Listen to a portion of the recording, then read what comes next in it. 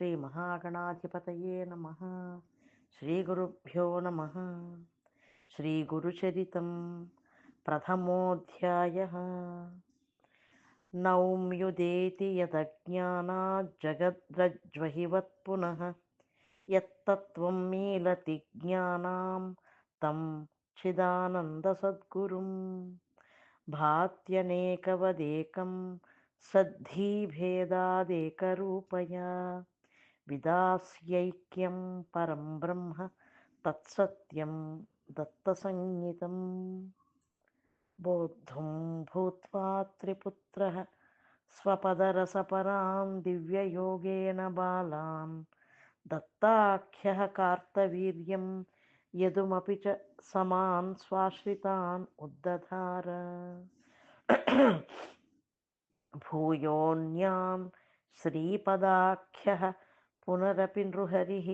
संज्ञया स्वीयभक्तान् कृष्णाभीमातटस्थो जयति परगुरुः स्मर्तृगां येष दत्तः योजो क्रियो स्पृहोऽप्येको बहुः स्यामिति तृष्णया प्रकृत्या गुणमय्येदं तथानेशो जगत्प्रभुः आब्रह्मस्तम्भपर्यन्तं देहबुद्धीन्द्रियात्मकं सृष्टं चराचरं तत्र संवित्पात्रं नरोत्तमः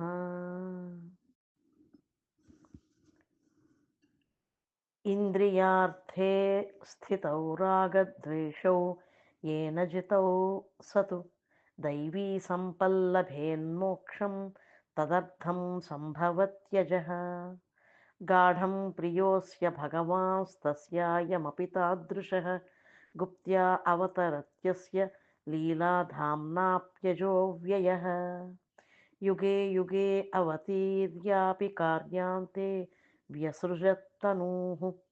एवं ब्राह्मेन् हि सम्प्राप्तो युगाष्टाविंशपर्ययः दारुणेऽस्मिन् कलौ प्राप्ते ज्ञात्वा स्वांशांशजोतयः दयो न इत्याविरासीत् दत्तस्तु भगवान् स्वयं सकृष्णामरजातीर विहारी लोकपावनीः भिक्ष्वात्मनात्र सल्लीलाः कृत्वा दृश्योऽस्ति तत्र हि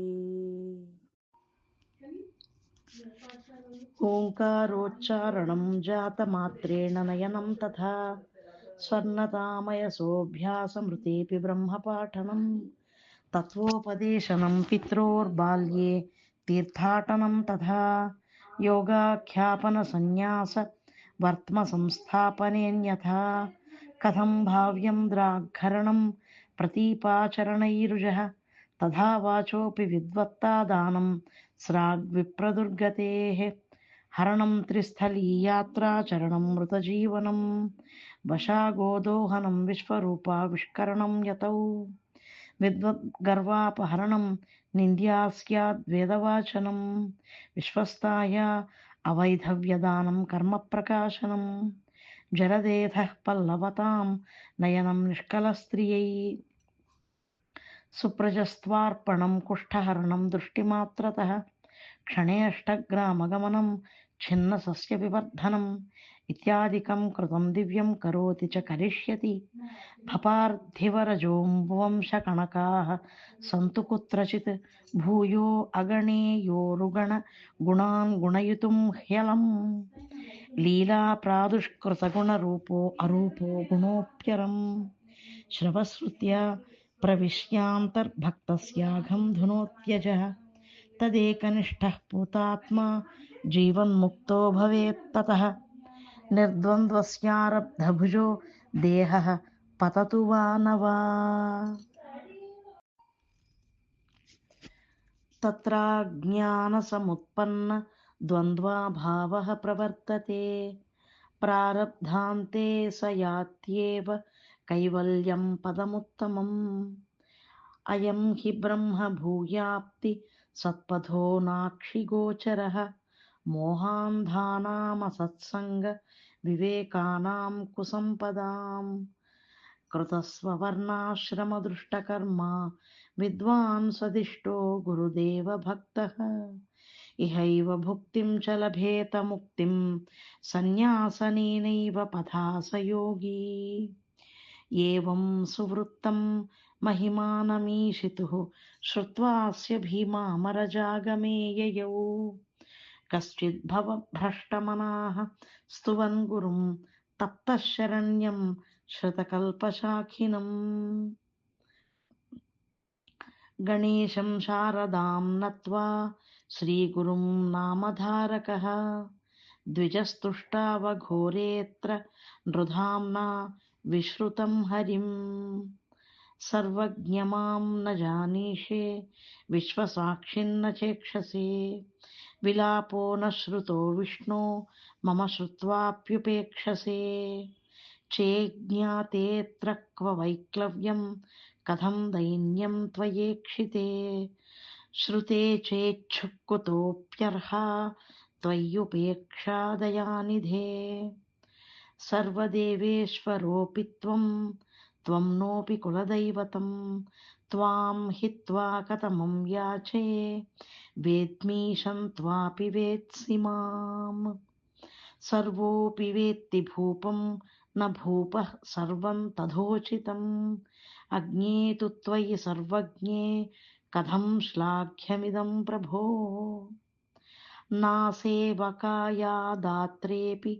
चेद्दास्यस्युचितं न तत् सेवेच्छुः श्रीश किं दाता तद्वत्प्रत्युपकार्यपि ज्योतिर्द्योतमिहाब्धोऽम्बु सेवो नेऽर्पयति ध्रुवे पदं विभीषणे दात्रोः दत्तं मे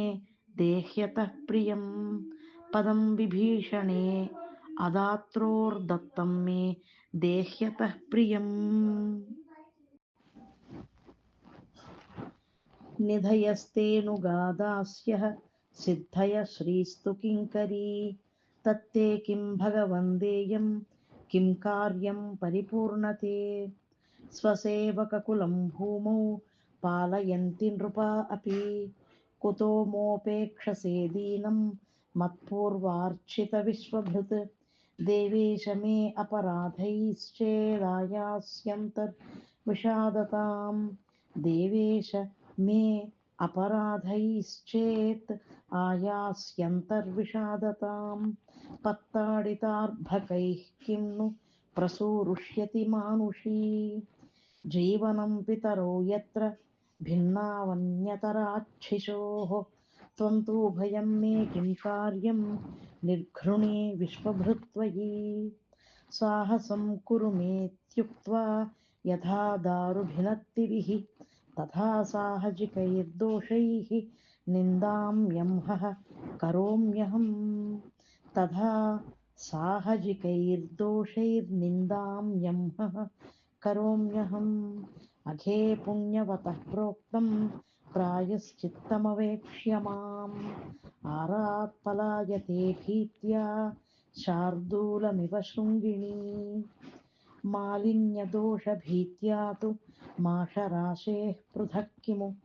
कार्यं जपो मदङ्गाघात् किं करोति पृथग्घरे कार्यं जपो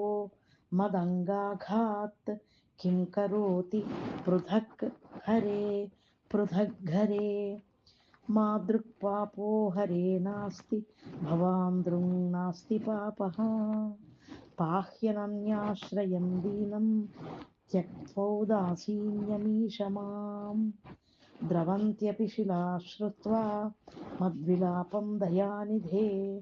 कारुण्यं ते कुतो यातं म्रियमाणं न वेत्सि यत् एवं विलाप्य मार्गेऽसौ गुरुध्यानैकतानहृत् तस्थौ प्रायोपवेशेन दैवात् स्वप्नस्तदाभवत् धेनुर्वत्सं यथोपैति भगवान् भक्तवत्सलः प्राप्यावधूतवेषेण स्वप्ने मुं पर्यतोषयत् इति श्रीगुरुचरिते चरितानुसन्धानं नाम प्रथमोऽध्यायः।